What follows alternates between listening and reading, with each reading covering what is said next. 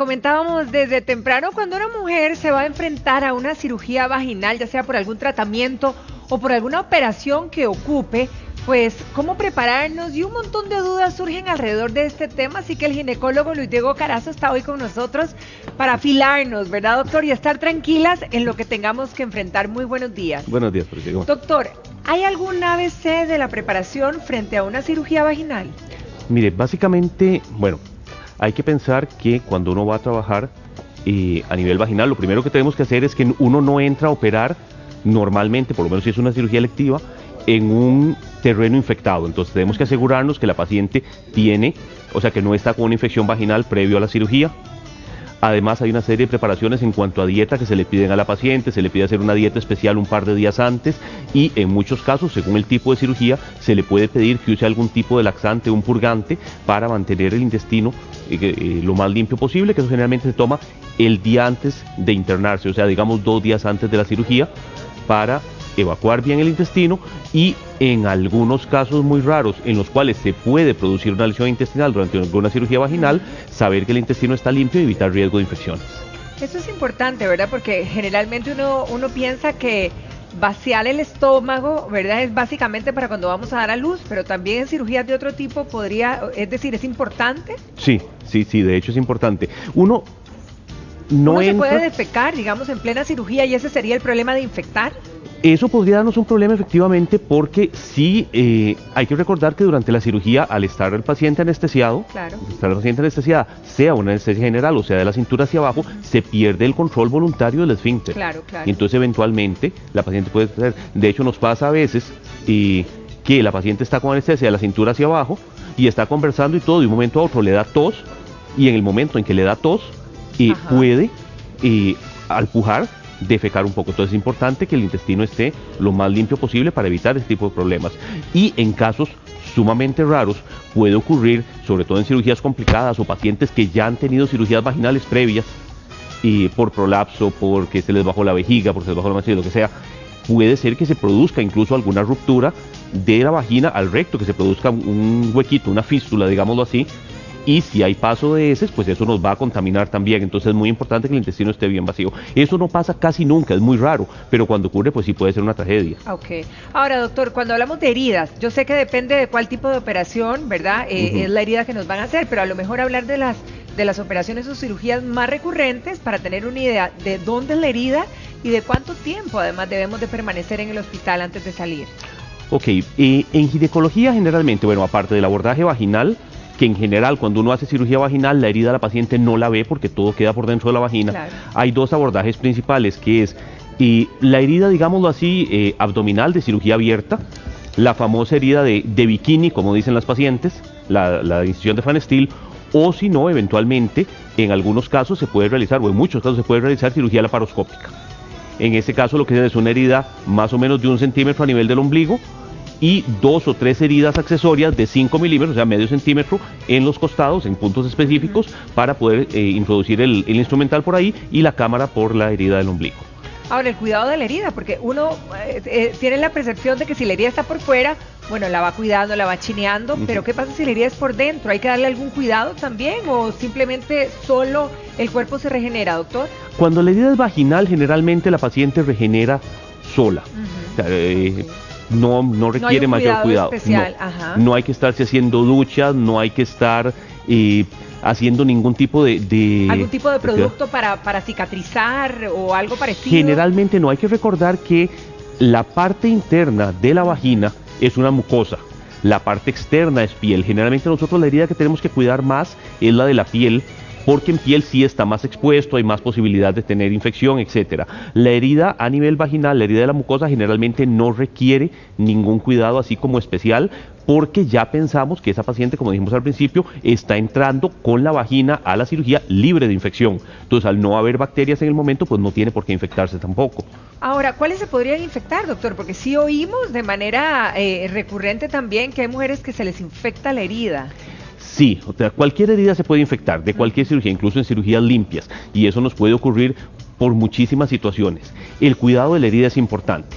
El cuidado de la herida, ¿qué tiene que ser? Es muy sencillo, no hay que ponerse alcohol, mentiolate, agua oxigenada, ningún producto de esos. Básicamente el cuidado tiene que ser con agua y jabón 3 veces al día. Con lo básico. Lavar la herida con agua y jabón, secarla bien, y hay que recordar que entre más expuesta esté la herida al aire ambiente, más rápido va a sanar.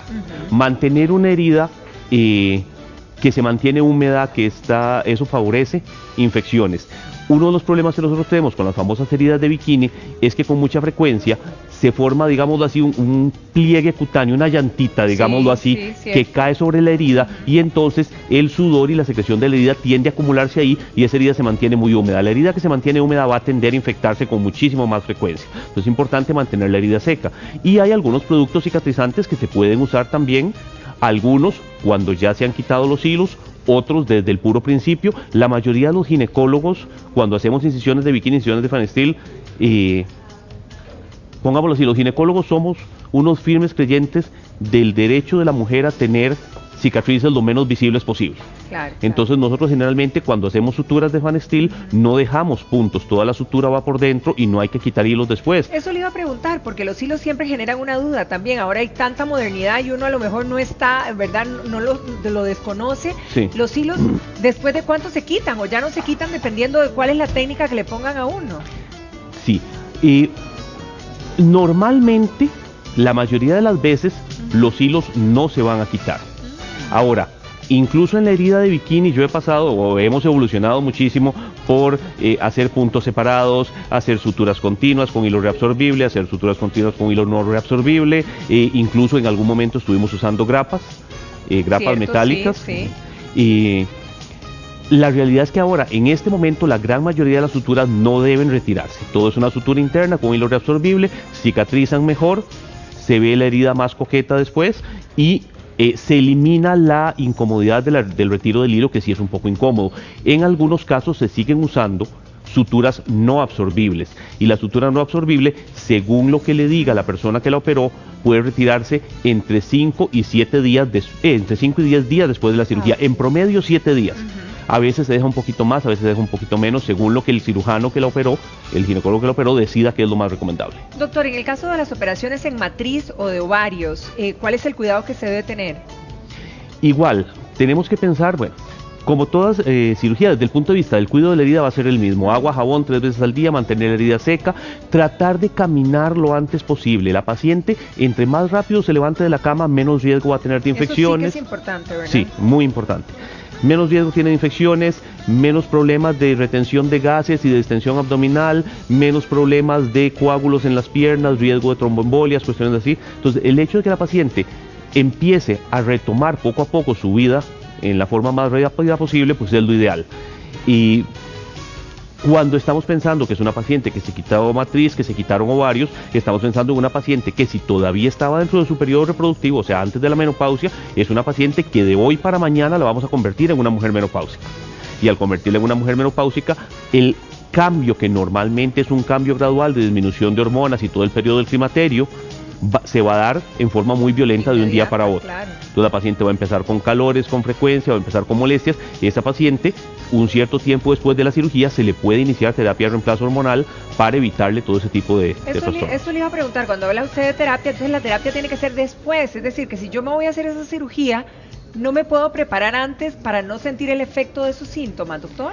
Y que no sea tan traumático. No, generalmente no, porque si yo tengo una paciente que tiene ovarios, esos ovarios están produciendo hormonas. Okay. Si yo le doy más hormonas, lo que voy a hacer es darle una dosis doble, lo que ella produce más lo que yo le estoy dando.